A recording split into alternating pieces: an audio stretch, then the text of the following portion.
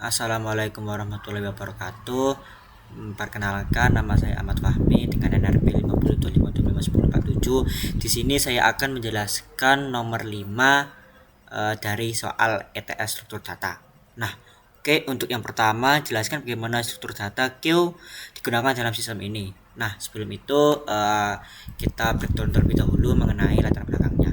Oke, untuk studi kasus untuk nomor 5 itu antrian layanan akademik, di mana deskripsi masalah itu untuk mengatasi keteraturan bagian layanan akademik dengan menggunakan Q dengan prinsip FIFO, first in first out, yang datang terlebih dahulu dilayani lebih dahulu.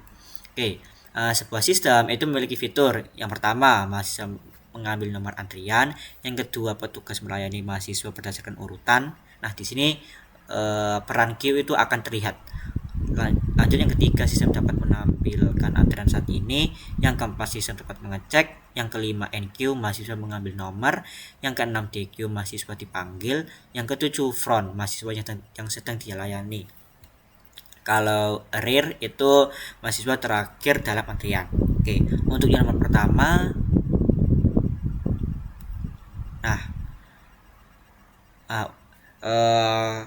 bagaimana struktur data Q digunakan dalam sistem ini. Yang pertama, NQ itu terjadi saat mahasiswa mengambil nomor antrian. Data mahasiswa diletakkan di posisi rear. Untuk DQ terjadi saat petugas memanggil nomor, lalu pointer ini front selalu mengarah ke mahasiswa sedang atau dialani. Rear itu mahasiswa terakhir yang baru masuk antrian, kalau front itu melihat mahasiswa yang sedang dilayani. Nah, kenapa Q itu digunakan dalam sistem ini? Karena Q itu diperlukan untuk menjaga keteraturan urutan pelayanan secara adil dengan menggunakan FIFO, first in first out. Oke, di nomor yang kedua, membuat algoritma untuk menambahkan mahasiswa ke antrian NQ, mahasiswa melayani mahasiswa DQ. Oke, untuk NQ sendiri buat node baru untuk data mahasiswa, menyiapkan tempat untuk menyimpan data mahasiswa baru. Yang kedua, antrian kosong, kan front, rear sama dengan node baru. Jadi front sama rear itu menunjuk ke indeks 0. Nah, menjadi mahasiswa pertama sebagai titik awal. Lalu yang ketiga, real next, node baru, rear node baru, menyambungkan mahasiswa baru ke belakang antrian yang sudah ada dan memperbarui penanda posisi paling belakang. Lalu yang keempat, menambahkan ukuran antrian. Ketika ada mahasiswa yang baru ingin yang mengantri, otomatis size-nya akan menambah. Sedangkan untuk DQ, jika antrian kosong tampilkan antrian kosong, simpan data front ke variabel temp. Lalu yang ketiga, front next, yang menggeser penunjuk depan ke node berikutnya. Front null, rear null, ini antrian kosong. Lalu mengurangi ukuran antrian, size main. Lalu kembalikan data temp, jadi data yang tadi disimpan itu kembali lagi. Lalu untuk yang nomor 3, disuruh untuk membuat implementasi kode sederhana lah.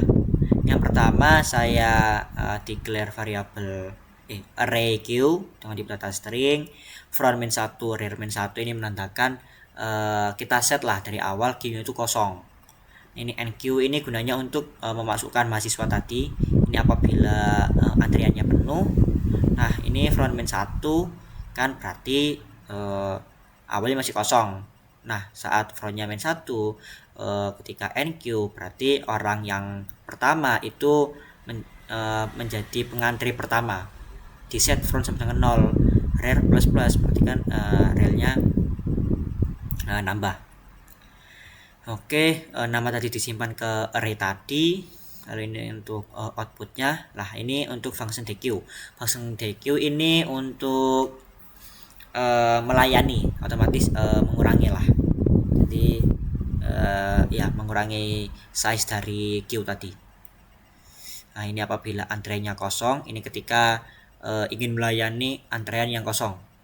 Nah, ini apabila memang ada mahasiswanya.